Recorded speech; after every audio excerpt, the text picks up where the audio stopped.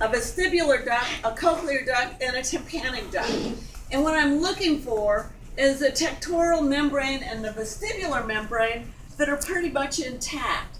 I know the basilar membrane will be pretty much intact because it has the processes coming from the hair cells, and so it's pretty thick, and so that's usually not a problem.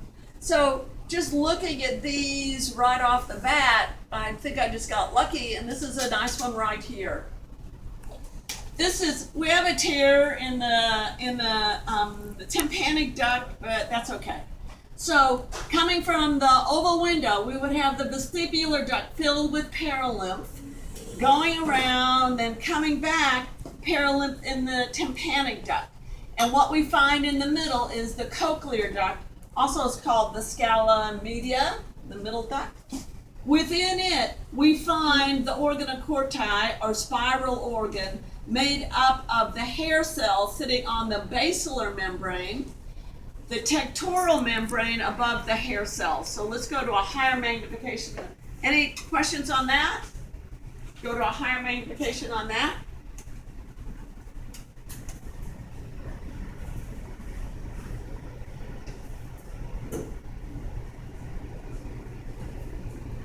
Oops, that's not the same one.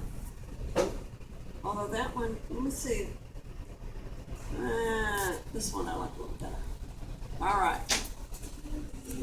All right. Tectoral membrane.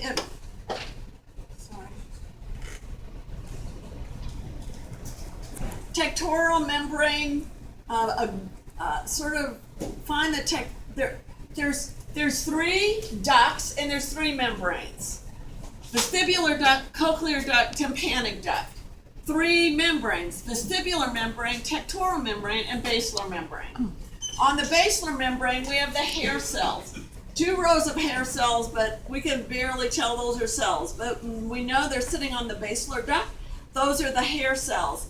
The tectoral membrane is that gel shelf, and as the sound wave is turned into pressure within the water, it pushes up on the basilar membrane. The hair cells then rub or scrape, move along the tectoral membrane. They're mechanoreceptors. That makes a change in the plasma membrane. They start sending their neurotransmitters back to their neurons that are back in the spiral ganglion, these big round cells. This is a spiral ganglion where the neuron cell bodies are will then take this nerve impulse onto the cochlear duct of the vestibular cochlear nerve. So, tympanic duct, basilar membrane, hair cells, tectoral duct, cochlear duct with the endolymph, vestibular membrane separating the endolymph from the perilymph in the vestibular duct. Yes?